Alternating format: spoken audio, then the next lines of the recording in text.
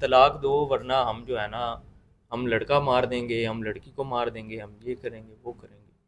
वो एक सारी दो चार बंदे मिल के उधर डेरे पे आते हैं, अनवर फरूकी है, लड़की का वालिद है, दो चार और आके जोर अच्छा, डालना शुरू पहले करते हैं। इस निकाह का मुद्दा ये था कि आपका खुद निकाह कराया, अपने जाती मकासद पूरे करवाए, आपको घर के काम करवाए, दूसरे मामलात करवाए। बिजनेस सारा जब मैं उसका अपना संभाला। मकसद निकल गया तो जी। आपको जनाब वो मक्खन में से बाल निकालने की तरह जी, फेंक दिया निकाल ऐसा के। ही है। अब उसके बाद फिर बीच में जो तीसरे चिक्कड़ चौधरी जो आपका सुलह करवाने के लिए हाँ आए जी, बीच में, लड़की का उन मामू। लोगों ने, जो लड़की का मामू था वो सुलह करवाने के लिए आया जी। कि हम मसले का हल निकालते हाँ हैं। जी। अब वो चौधरी भी आपके खिलाफ हो गया। वो असल में वो कहते जी मैंने अपने बेटे के साथ इसकी शादी करवानी।